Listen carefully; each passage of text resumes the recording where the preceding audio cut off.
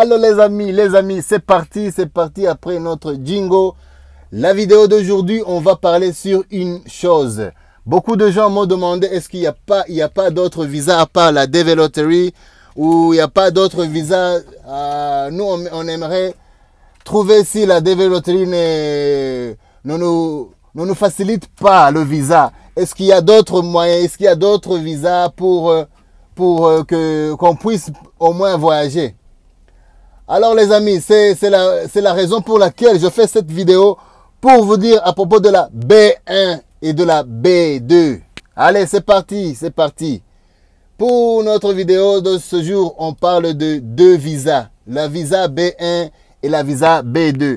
Comme vous le savez, cette chaîne est faite pour vous aider à avoir toutes les informations concernant l'immigration aux États-Unis, concernant les études ici aux États-Unis, concernant l'habitat, concernant comment ouvrir son propre business ici en Amérique et aussi d'autres.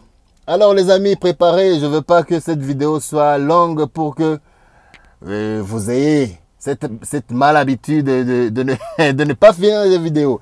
Alors si tu veux savoir tout ce qui concerne la B1 et la B2,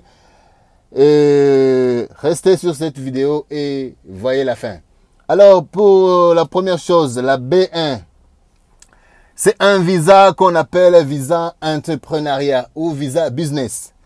Une fois que vous avez un projet ou que vous devrez contacter un fournisseur ou que vous devez avoir un truc donc cette business ou ce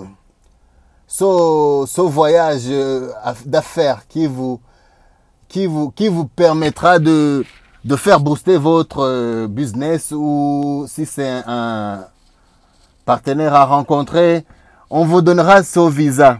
On vous accordera ce visa et ce visa, il s'appelle le B1.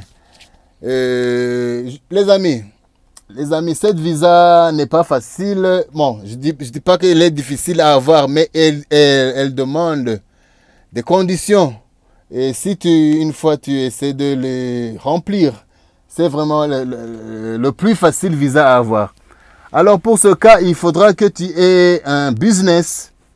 Il faudra que tu aies un business et que tu aies des comptes et que tu aies de l'argent. Il te faudra montrer au consul que tu parviendras à faire ta vie, à payer toutes ces factures pendant ces séjours en Amérique. Et en général, on donne le visa pour 10 ans. Et aussi, s'il s'agit d'une personne et que, par exemple, au boulot, à son travail, on veut l'envoyer, c'est la société ou la compagnie qui devra fournir son portefeuille et pour garantir à l'ambassade ou aux États-Unis qu'ils pourront provide, je ne vois pas le nom provide, et ils pourront assurer toutes les factures, toutes les demandes, toutes les factures que cette personne aura besoin. Alors les amis, ça c'est la B1 ou visa entrepreneuriat ou business. Et la B2, c'est pour le visa visite. Les gens qui veulent visiter l'Amérique et les gens qui veulent être comme des touristes. C'est cette visa-là, généralement, on donne 6 mois.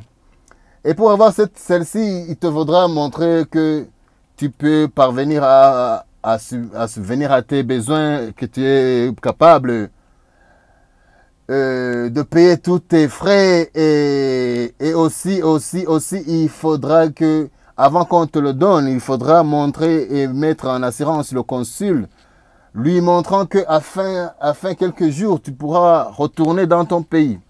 Alors pour cela, il faudra te munir pour convaincre bien sûr le consul, il faudra lui montrer que tu as un travail fixe. Hein, et ce travail, que tu devras retourner et continuer ce travail.